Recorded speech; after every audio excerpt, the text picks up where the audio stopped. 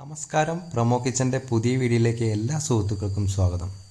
അപ്പം ഞാനിന്ന് നിങ്ങളിലേക്ക് എത്തിക്കാൻ പോകുന്നത് ഗ്യാസിൻ്റെ ബർണർ നമ്മൾ കൂടുതൽ ഉപയോഗിക്കുമ്പോൾ അതിൻ്റെ ഡസ്റ്റും ഓയിലും കാരണം നമുക്കത് കറക്റ്റ് പവർ കിട്ടാതെയോ. അപ്പോൾ അതെങ്ങനെ ആ ഗ്യാസിൻ്റെ ബർണർ എങ്ങനെ ക്ലീൻ ചെയ്യാം എന്നുള്ളതാണ്.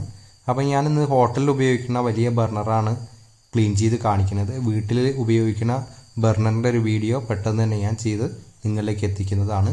അപ്പോൾ നിങ്ങൾക്ക് ഈ വീഡിയോ ഉപകാരപ്രദമാകുകയാണെങ്കിൽ നിങ്ങളുടെ സുഹൃത്തുക്കളിലേക്കും എത്തിക്കുക. നിങ്ങൾ എൻ്റെ വീഡിയോ ആദ്യമായിട്ടാണ് കാണുന്നതെങ്കിൽ സബ്സ്ക്രൈബ് ചെയ്യുക, തൊട്ടടുത്ത ബെല്ലൻ കൂടി എനേബിൾ ചെയ്യുക.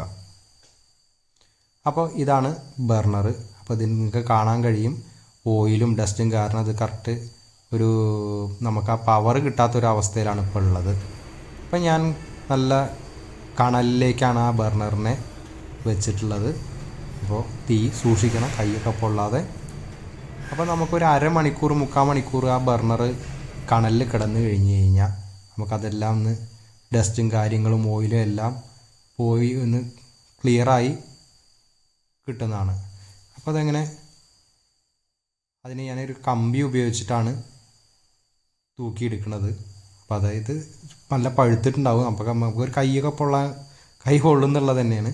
അപ്പോൾ അതിങ്ങനെ കരിഞ്ഞ് എല്ലാം ഓയിലൊക്കെ ഒന്ന് പോയി വന്നു. അപ്പോൾ ഞാനതൊരു പാത്രത്തിലേക്ക് വെച്ചിട്ട് അതിലേക്ക് വെള്ളം ഒഴിച്ചു വെക്കണം.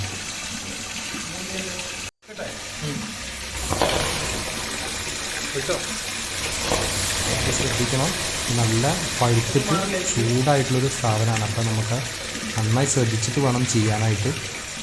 നിങ്ങൾക്ക് ഇവിടെ കാണാൻ കഴിയും അതിൻ്റെ ഈ ബർണറിലെ പൊടിയും കാര്യങ്ങളൊക്കെ അവിടെ ആ പാത്രത്തിൽ ഇങ്ങനെ പോയി കിടക്കുന്നത്. ഏകദേശം ക്ലീനായ ബർണർ നമുക്ക് കാണാൻ കഴിയും.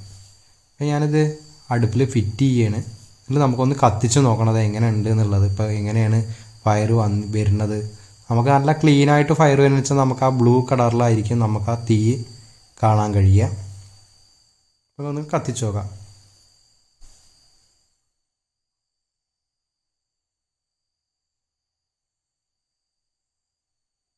നമുക്ക് ബർണർ നല്ല ക്ലീൻ ആയിട്ടുണ്ട്. നമുക്ക് വീട്ടിൽ ഉപയോഗിക്കുന്ന ഗ്യാസിൻ്റെ ബർണർ ഒരിക്കലും ഈ രീതിയിൽ ക്ലീൻ ചെയ്യാൻ ശ്രമിക്കരുത്. അതിൻ്റെ മെത്തേഡ് വേറെയാണ്. ആ വീഡിയോ ഞാൻ എത്രയും പെട്ടെന്ന് തന്നെ ചെയ്യുന്നതാണ്. അപ്പോൾ നിങ്ങളുടെ അഭിപ്രായങ്ങളും നിർദ്ദേശങ്ങളെല്ലാം കമൻറ്റ് ബോക്സിലൂടെ എന്നെ അറിയിക്കുക. Thank you for watching. അടുത്ത വീഡിയോ ആയിട്ട് വീണ്ടും കാണാം.